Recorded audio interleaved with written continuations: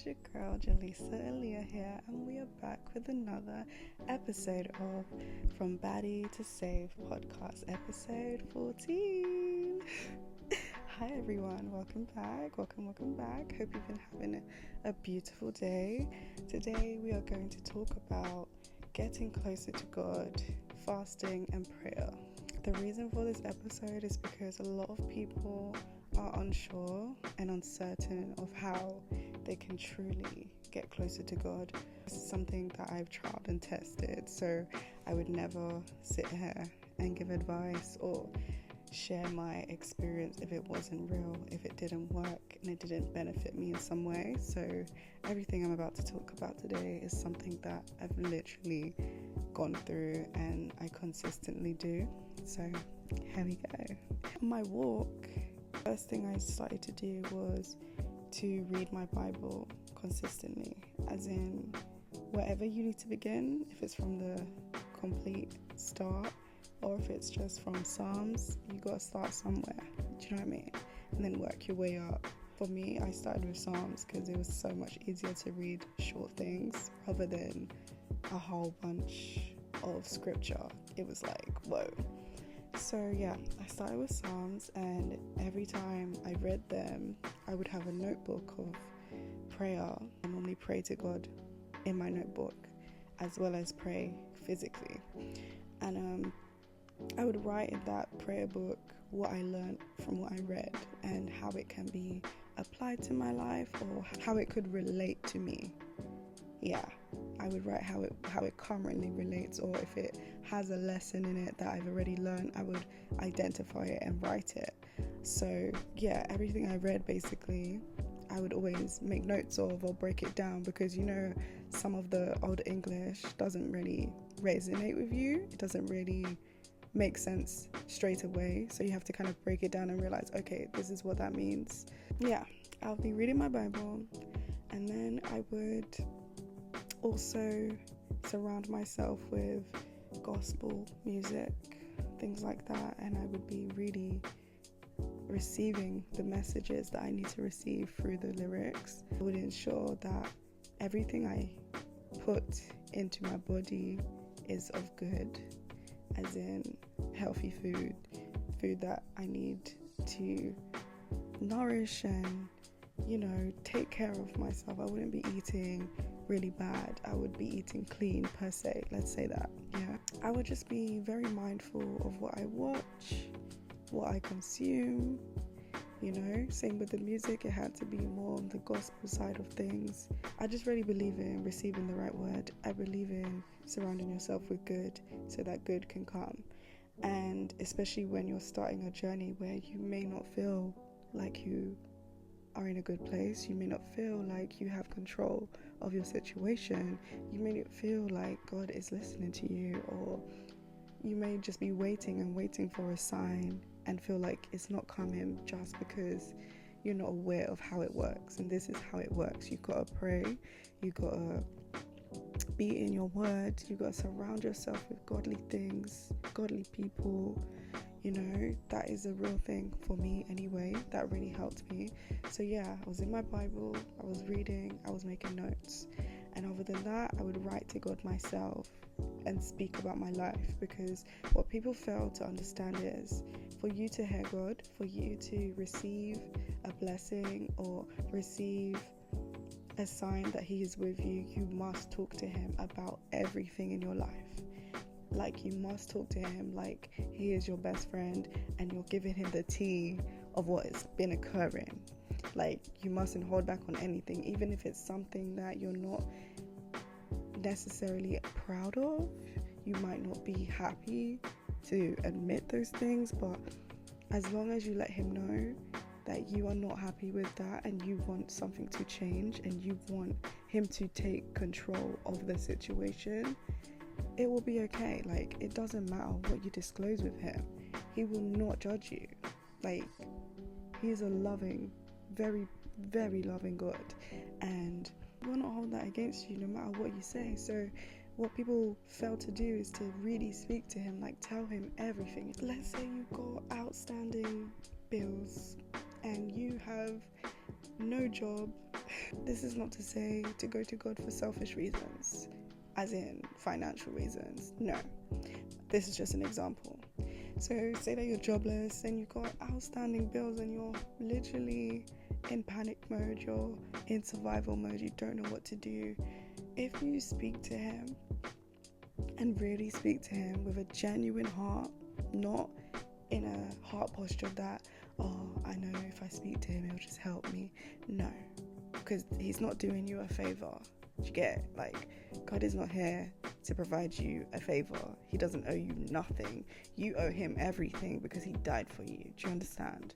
So he has to know where your heart is coming from when you're asking for help, because if you're just there for a selfish reason, you may get it depending on how he feels, but it won't be what you want. Like, you won't have a relationship with him. You won't have what you actually want to have with him in regards to seeing the journey through and getting to his kingdom. Like, he will know that you were somebody that came to him out of a need of something, but didn't bother love him, didn't bother praise him, didn't bother point other people in his direction. Do you know what I mean? Like, for me, when God helps me in situations, it fuels me to encourage others to do so, because I know what he can do for you. I know who has done these things for me. I know that when I'm in a struggle and I see it through and I thought I couldn't do it, I know who's done that for me. So therefore, I am happy to walk outside and give someone a word of encouragement and tell them, talk to God. Like, do you know what I mean? Like, it's not a selfish thing. And most people, they go to him, they want something fast, they want a quick breakthrough, let's say. Then once they get it, they don't even stop to say thank you. And if they do say thank you, they don't talk to him again until they're back at I need stage of their life. Do you know what I mean? And that's not how it works. That's not how you should have a relationship with him. That's not cool. So yeah, read your Bible, write notes, think about it. Think about the word, like literally take away from the Bible and apply. That's what you're supposed to do. You read, you think, you process, and you apply it to your life. That's what you're supposed to do. Like, the Bible to me is like a guide for how to be a good person, how to do the right thing by him. That's how I see it. It's not just a book to read. It's not some kind of rom-com, you know. It's literally a book of people's lessons and what they learn from the lesson. It's their situation, their hardships, and the outcome. Like, and if you are gonna have that kind of persona, like greed and pride and things like that, if you're gonna have that, the Bible will show you where you're headed. Literally, the Bible will show you what's gonna happen to you if you continue to be like that, because there are so many people that had a good chance in life and they were destined for greatness because God had chosen them, but they just saw it as, I had lack, I have everything, let me be evil, let me be mean, let me take over, let me be destructive. And that's not how it should have been. So please, guys, when you're going through things and you're at a low and God helps you and he puts you on a beautiful, amazing, mind-blowing track where you are opening doors, you are seeing things that you've never seen before, you are receiving abundance in ways you never could have imagined, please be humble and give back. Please be humble and use it for a great good. Don't use it for selfish reasons. Don't now become some crazy big-headed person that just stomps on everyone below them when you were once below. Are you forgetting that? You were once below, but you prayed and you did what you needed to do. You spoke to God and you were real and you changed your ways and he helped you. So when he helps you and he gets you there, remember him. Pass on the word. Spread the word. Spread the gospel. Help others that do not see a way out. Because that's the whole point. When you turn to prayer, when you turn to these things, it's because you don't have a way out. Okay? You don't have a way out. As in, that is your anchor. Without it, you can't do anything. Without it, you can't leave your house and try to go to work because you would be so low, so in your thoughts, so just uninspired. You can't do it. And when you have God through your struggle, you will still struggle, but it will feel much better. It will feel like you have armor on. Yes, I'm going through this, but I have armor on, and I have hope, and I have faith that in time it will change. That's all it is. Prayer is not there to fix your problems just like that. Prayer is not there to get you onto the next level and to leave God behind you. That's not how it works. So yeah, once you have mastered how to pray and to receive the word and actually hear from him, you then will mix the two. You'll go into fasting, and also in fasting, for me, it's important to not watch things that are not spiritually good for you, as in it contains things that are of the world, as in violence, sexualized things, stuff like that. Don't watch that, because it defeats the purpose of where your spirit is currently working from. And the whole point of fasting and prayer together is to spiritually change and elevate, because if you elevate spiritually, you can elevate physically. And until your spiritual posture is correct with God and aligned with God, you will not elevate and prosper physically. Do you understand? That's why you can be spiritually attacked by demonic forces and stuff like that, things being casted at you. You can be spiritually attacked by that, and it will affect you physically with depression, anxiety, paranoia. That kind of stuff will come your way because spiritually you are being attacked. But if your heart posture and your spiritual posture is clean and aligned, and you're on the right path with God, physically you'll start to see it. Physically you'll start to elevate. Physically you'll start to reap what you have sown. And that's what people forget.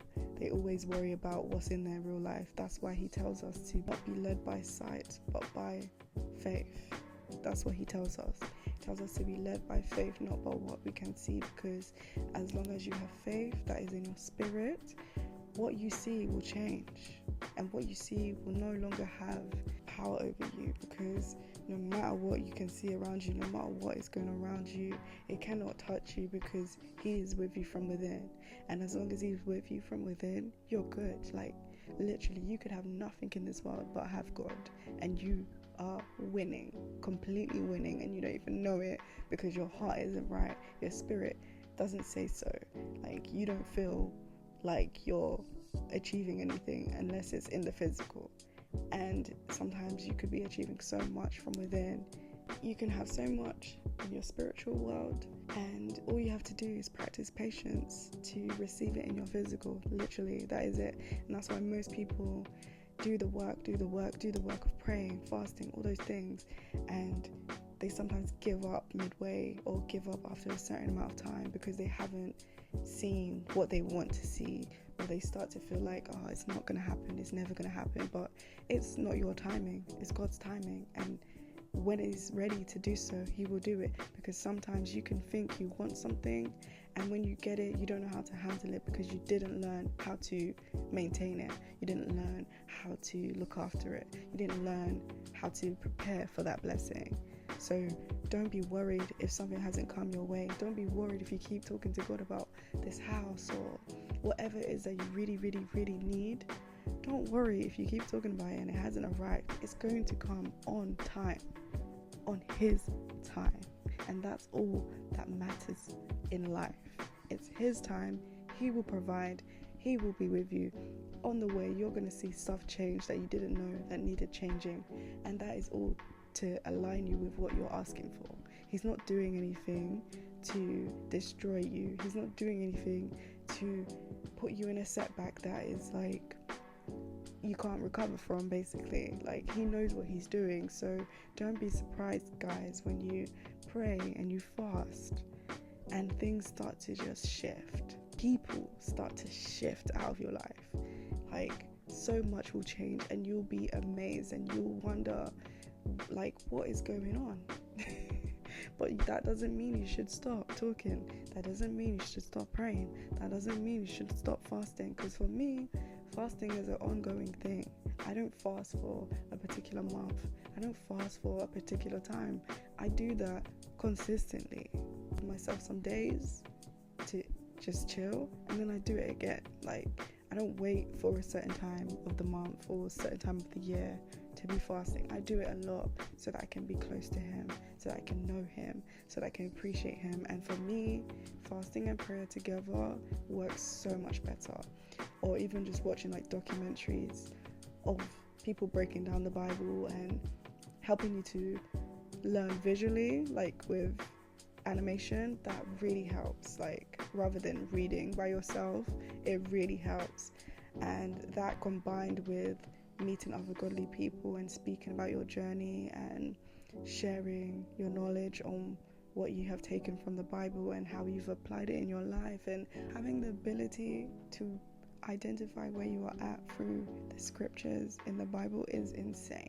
Like, it's insane that I can literally read a chapter and identify a time in my life through it, and realizing the story and the outcome and it having a mirrored effect is crazy, because this is something that happened years ago, yet it still remains the same today. Like, the lessons that can be learned can be applied today, and that's what people don't realize. Like, there is such great knowledge in that book, like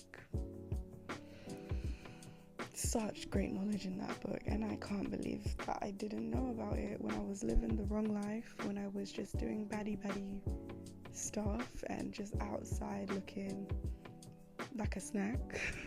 Like, that's wild to me. That's wild. And even that, what I just said, outside looking like a snack, what does that mean? That means people want to eat ya. They just want to chomp. They don't want ya, because your husband's not going to chomp on ya. He's going to elevate you. He's going to motivate you. He's going to level you up with him and become an amazing godly person together. Like, that's the whole point.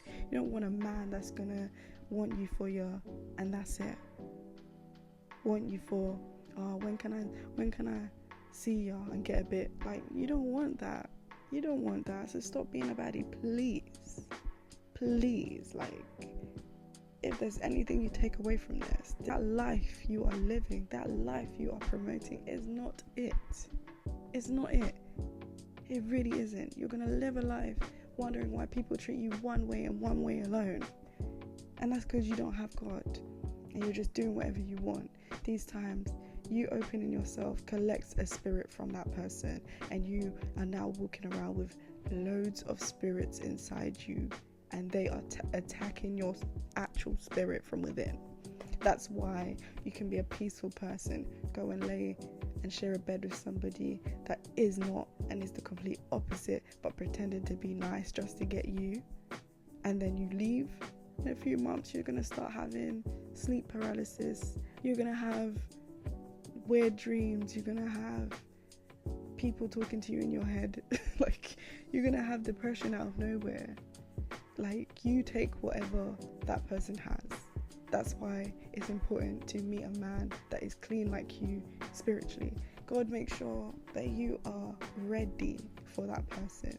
That means you need to be cleansed spiritually. You need to be in alignment with your God and all that he has asked you to be, so that he can align you with a man that is on that same journey or on that same path or has the same routine in place.